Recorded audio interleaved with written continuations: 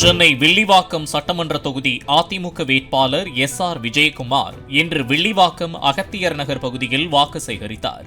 வாக்கு சேகரிப்பின் போது பூங்கா ஒன்றிற்கு சென்ற அவர் அங்கு கிரிக்கெட் விளையாடிக் கொண்டிருந்த இளைஞர்களுடன் கிரிக்கெட் விளையாடினார்.